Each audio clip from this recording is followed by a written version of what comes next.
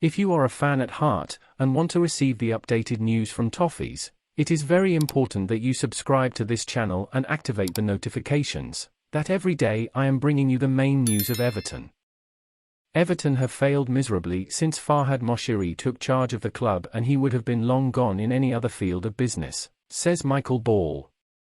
The former Toffees defender originally thought that owning the Toffees was the answer as the club looked to step up to challenge at the top, but was bitterly disappointed with how the situation unravelled over the next few years. The threat of further financial sanctions, following the Premier League's indication of a possible profit and sustainability summary, is just the latest in a long line of calamities at the club, and speaking as a former professional, Ball is sure the situation off the pitch it will be a problem. Talking point between players. Ball said, "As fans, we thought Moshiri was the missing piece. We didn't have the money to compete with the top teams before he came along, but we have for the last 6 or 7 years and have failed miserably in that department. If this were any other deal in any other field, the changes would have happened much earlier than what you are now seeing at Everton." The potential financial breach is also something that will be talked about in the locker room. As a former player, I know that matters off the field can be upsetting.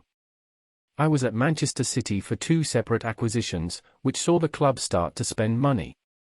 As players, we thought, this just doesn't feel right.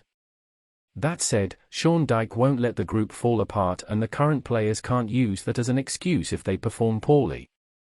Spending hundreds of millions and not coming close to winning a trophy, let alone making a difference in the battle for Europe, would be a pretty miserable return.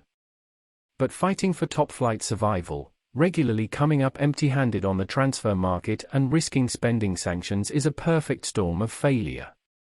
No matter how hard those in charge are working or how much they want things to get better, it just isn't, and still no one seems to answer for the problems except the managers.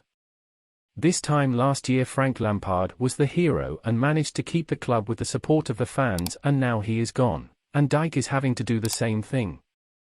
But with Moshiri apparently rejecting offers to sell the club, it would come as no surprise if the former Burnley boss is in trouble next season, even if he gets the job done between now and May. Fans, thanks for your listening, leave your opinion, stay with God, and until next time.